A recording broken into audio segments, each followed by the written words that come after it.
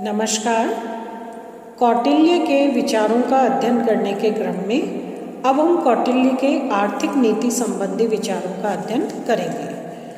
कौटिल्य ने आर्थिक नीति को मुख्यतः 3 सिद्धांतों पर आधारित माना है। 3 सिद्धांतों का उल्लेख किया है। पहला कि जिन उद्योगों पर राज्य का अस्तित्व निर्भर करता है उनका संचालन भी राज्य को स्वयं ही करना चाहिए। इसमें किसी भी व्यक्तिगत क्षेत्र का जो हस्तक्षेप है उसको निर्धारित नहीं करना चाहिए। वो व्यवसाय, वे उद्योग जिन पर राज्य का अस्तित्व निर्भर है वे राज्य के संरक्षण और राज्य के माध्यम से ही संचालित हों। दूसरा, जनता जो है वो इस क्षेत्र में आने वाले उद्योगों पर अपनी पूंजी लगा सकती है, अपना श्रम लगा सकती है, अपना प्रबंध भी लगा सकती है, लेकिन जो अंतिम नियंत्रण है वो राज्य का ही होगा। तीसरा, मनुष्य द्वारा मनुष्य के शोषण को रोकने के लिए राज्य जो है वो पर्याप्त और सशक्त नियंत्रण व्यवस्था को कायम करे। ये 3 मुख्य प्रकार के सिद्धांत कौटिल्य आर्थिक नीति के लिए निर्धारित करते हैं। और आर्थिक नीति का विश्लेषण करते हुए कौटिल्य ने ये माना है कि कोष जो है, राजकोष, राज्य की समृद्धि का और राज्य के आर्थिक कहना चाहिए प्रॉस्पेरिटी का मुख्य आधार होता है, राज्य की सशक्तता का मुख्य आधार होता है। इसलिए कोष अत्यंत उपयोगी है। कोष वृद्धि के उपायों के बारे में भी कौटिल्य ने वर्णन किया है, जिसमें परिपुष्टता का सिद्धांत, दुर्लभ वस्तुओं को संग्रहित करने का उपयोगिता का सिद्धांत, विशेष क्रिया के आधार पर कर मुक्ति का भी सिद्धांत है, व्यवसाय, उद्योग आदि पर राज्य के नियंत्रण का सिद्धांत है और वेतन सिद्धांत है। वेतन सिद्धांत का मतलब है कि राज्य में उतने ही कर्मचारियों की नियुक्ति की जाए जो किसी कार्य को संपादित करने के लिए अत्यंत आवश्यक हैं, क्योंकि अत्यधिक कर्मचारियों की नियुक्ति राजकोष के लिए बड़ी भारी पड़ती है, क्योंकि उनको पर्याप्त वेतन समय पर दिया जाना आवश्यक होता है। इसलिए वेतन का सिद्धांत राज्य के व्यवसाय का नियंत्रण करने का सिद्धांत है। इसी प्रकार राजकोष में बहुमूल्य और दुर्लभ वस्तुओं का संग्रह राजा को करना चाहिए। उपयोगी वस्तुएं, उपयोगी जो स्रोत हैं वो राजकोष के लिए निर्धारित होने चाहिए। और राजकोष हर स्थिति में, राजकोष का जो परिपुष्टता का सिद्धांत है उसके अनुसार राजकोष में हर समय इतने संसाधन उपलब्ध होने चाहिए जो राज्य के अस्तित्व के लिए आवश्यक होते हैं।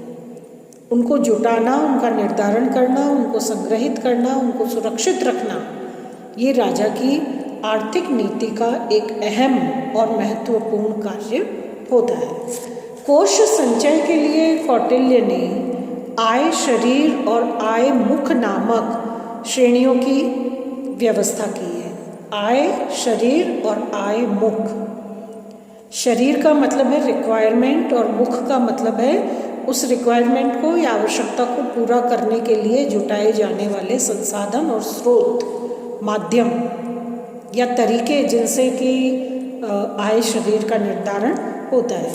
और ये सामान्य काल के अतिरिक्त संकट काल या आपत्ति काल के लिए भी कौटिल्य ने विशेष आर्थिक प्रावधानों और कर व्यवस्था का निर्धारण किया है। कौटिल्य ने कोष वृद्धि के साधनों का उल्लेख किया है, जैसे कि राज्य के जो नागरिक हैं वो समृद्ध और अनुशासित होने चाहिए। ये नागरिक जितनी कठिन परिश्रम से कार्य करने वाले, ईमानदार, सुदृढ़ व्यक्तित्व के धनी होंगे तो राज्य की आर्थिक व्यवस्था उतनी ही मजबूत बनेगी। इसी प्रकार नागरिकों का व्यवहार जो है वो भ्रष्टाचार रहित होना चाहिए। कर्तव्य पूर्ति के जो आधार है या कार्य हैं उनके प्रति नागरिक बिल्कुल ईमानदार होने चाहिए। भ्रष्टाचार जितना ज़्यादा बढ़ेगा राज्य का पतन, आर्थिक नीति का खोखलापन उतना ही शीघ्रता से होता जाएगा। इसलिए नागरिकों का व्यवहार ईमानदार होना चाहिए, भ्रष्टाचार से युक्त ना हो। राज्य कर्मचारियों की संख्या केवल उतनी होनी चाहिए जितनी जरूरी है। राज्य की आय का अपहरण ना हो, उसको क्षतिग्रस्त न किया जाए, क्षय ना हो, इसका विशेष प्रबंध राजा को हमेशा सुनिश्चित करना चाहिए।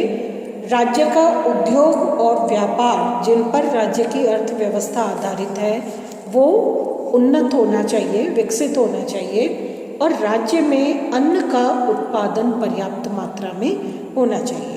फूड ग्रेन या अन्न जो है वो पर्याप्त मात्रा में उत्पादित होना चाहिए। ये कुछ ऐसे साधन हैं जिनके माध्यम से राजकोष में वृद्धि की जा सकती है या उसको समृद्ध बनाया जा सकता है। इसके अतिरिक्त कौटिल्य ने संचित निधि के रूप में राज्य के एक कोष के एक भाग का भी वर्णन किया है। और संचित निधि का मतलब है कि जिसमें जो पूंजी या जो भी इस कोष में जो स्रोत रखे जाते हैं उनका प्रयोग देव पूजा, पितृ पूजा, दान, अंतःपुर के जो व्यय होते हैं, रसद आदि, खान पान का, दूत, कोष्ठागार, शस्त्रागार, उद्योगों में कार्य करने वाले बेगार या पैदल अश्वारोही सेना आदि जो हैं उनका, बाग बगीचों की रक्षा, पर्यावरण को सुरक्षित रखने का प्रयास, इन सारे कार्यों में इस संचित निधि में से व्यय किया जाए। जैसे कोष वृद्धि के साधनों का उल्लेख कौटिल्य ने अर्थशास्त्र में किया है, उसी प्रकार कौटिल्य ने कोष के क्षय हो जाने के कारणों का भी अर्थशास्त्र में उल्लेख किया है।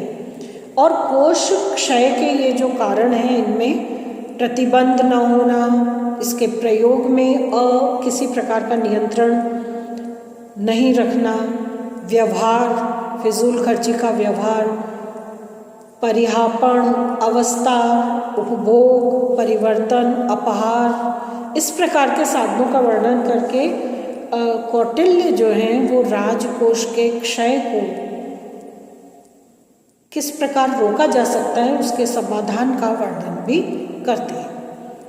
कोष को संग्रहित करने के उपरांत उसे इस प्रकार संरक्षित रखा जाए। एक तो है अर्जन, यानी उसको प्राप्त करना, अर्जन के पश्चात उसका संरक्षण। संरक्षण यदि नहीं होगा तो चोरी के भय से या गलत आदतों से या अनावश्यक व्यय के आधार पर या आवश्यकता से अधिक खर्चे बढ़ाकर उनकी पूर्ति के लिए कोष पर निर्भर होकर अनेक कारणों से फिर ऐसा समृद्ध कोष भी क्षय के आधार पर चला जाता है, उसका नुकसान होता है या वो खोखला हो जाता है।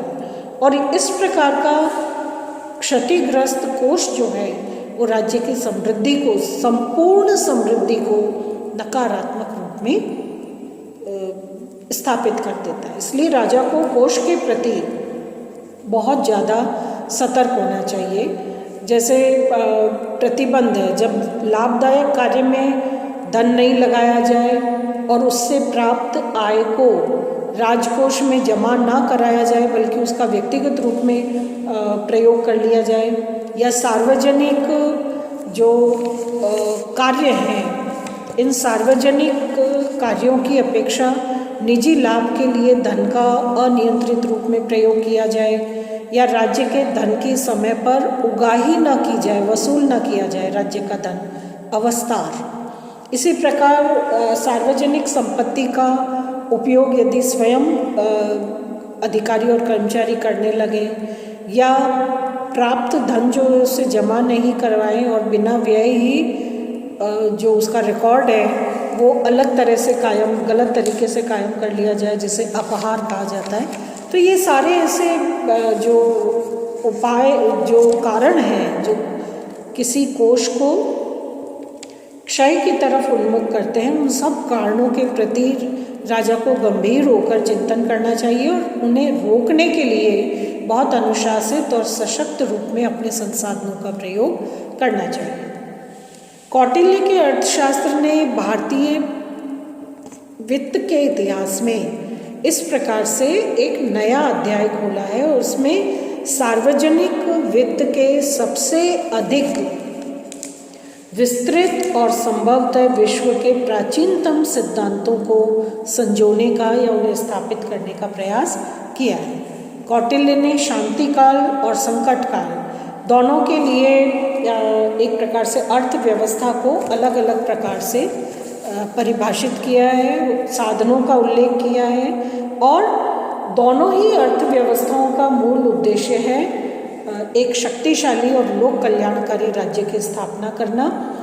इसलिए जैसे आपातकाल में विशेष आपातकालीन करों का वर्णन करके भी कौटिल्य ने अर्थव्यवस्था किसी भी स्थिति में किसी भी काल में कमज़ोर ना हो, इस प्रकार की एक बहुत ही सुव्यवस्थित, योजनाबद्ध और एक संपूर्ण व्यवस्था जो है अर्थ नीति के रूप में प्रतिपादित की है। धन्यवाद।